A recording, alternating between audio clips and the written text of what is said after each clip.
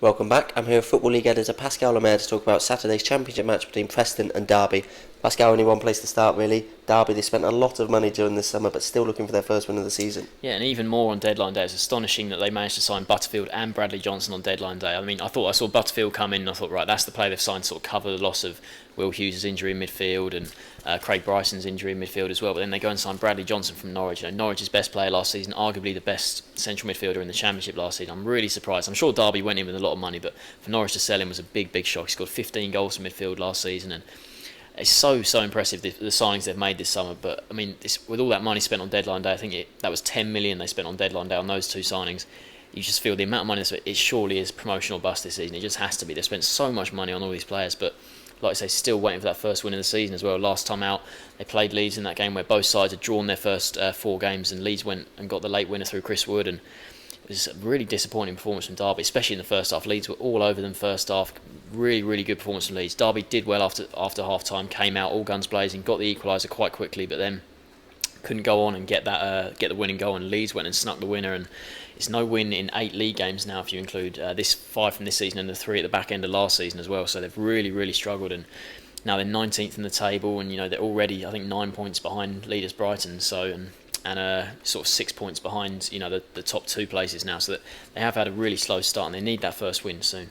And Preston, they're winless in 3. What have we made of their start to the season? It's been okay. I thought they started pretty well. They got the 0-0 draw against Middlesbrough on the opening day. That was a decent start for them, but like I say, no win in 3. They've had some tough games in that run of fixtures. They played Ipswich, who are up there. They played Hull, who are also up there. That was who they played last time. 2-0 defeat at Hull, who are usually pretty good at home. And I think it's interesting to see what Simon Grayson's done in the transfer market. He's brought in 2 strikers on deadline day. Stevie May, a permanent deal from Sheffield Wednesday, and then Owen Doyle on loan from Cardiff. And that's 2 strikers. I mean, I'd probably say that's where they don't need players. They've already got Keane on loan from Manchester United. They've got Joe Garner, Jermaine Beckford. That's now 5 decent strikers up there. I'd say probably Stevie May, he struggled at Wednesday, but Doyle, he scored goals in League One last season, and I think Joe Garner's the one he hasn't really adapted very well to the sort of step up. He was so good in League One the sort of last 2 seasons for Preston, but he struggled. But the whole attack struggled. They've only got 2 goals all season. That's maybe why he signed those strikers, because they've only got 2 goals all season, but just signing, it's more about quality than quantity, really. They've now got 5 decent strikers there, but it's whether any of them are that good, really. I mean, Beckford, he missed the first start of the season through injury, so I think if Beckford comes back and starts scoring goals, Garner, he's going to hit some form soon, surely. They should start scoring goals because they've got a lot of talent up front there. Preston will feel this is a pretty good time to play Derby, still winless. Which way do you see it going?